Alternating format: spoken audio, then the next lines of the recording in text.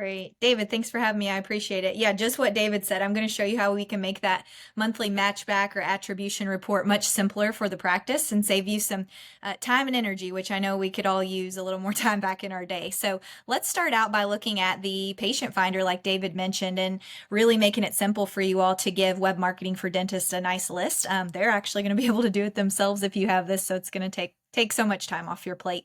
So when we use our patient finder list, essentially what we're doing is taking our entire active patient base, or even inactive for that matter, but for our conversation, active patients, and we're adding filters to it to make it more digestible. And in this case, give us some names of new patients that came in, and did they come from all of your marketing efforts. So you'll see this example here. This practice has 2181 active patients. Those are patients that have been in the last year and a half.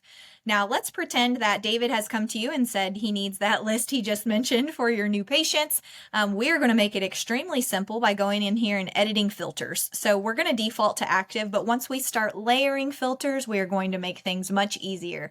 So in this example, it's December. So let's go all the way back to January. This list is first seen after. And then we're going to pick January 1st of this year, right? Because we talked about being able to get this for a whole year. We can do this a week at a time, a month at a time. For today's conversation, we'll just look at the whole year. So these are patients that were first seen after the 1st of this year, hence new patients as of 2023. So once we hit that filter and add it to this list, we're going to sift through all the patients and give you a number. So there are 483 patients new to this practice this year, first seen after Jan 1. So now Web Marketing for Dentists is going to have this list. I have it blurred out for our conversation today, but they're going to have the name, they're going to have the address, the contact information.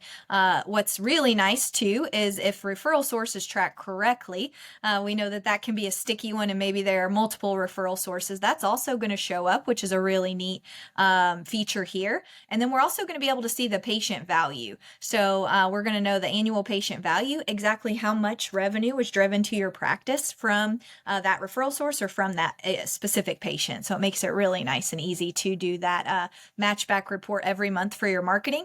All they have to do now is simply export it. We can click export table and then sort through that CSV or that Excel file. So how long was that, David? 30 seconds to add those filters? Pretty simple.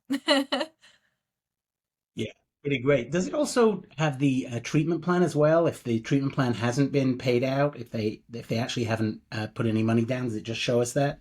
Yep, we can see unscheduled treatment as well. So we can see the opportunity that still remains. So for instance, let's say I'm that first female on that list. It would say Ashley Best. Perhaps I've already invested $1,500 with the practice, but I have another $2,000 sitting in my treatment plan. That's also going to show up as unscheduled treatment. So we can show what's already been realized and then what's left to come, potential growth as well.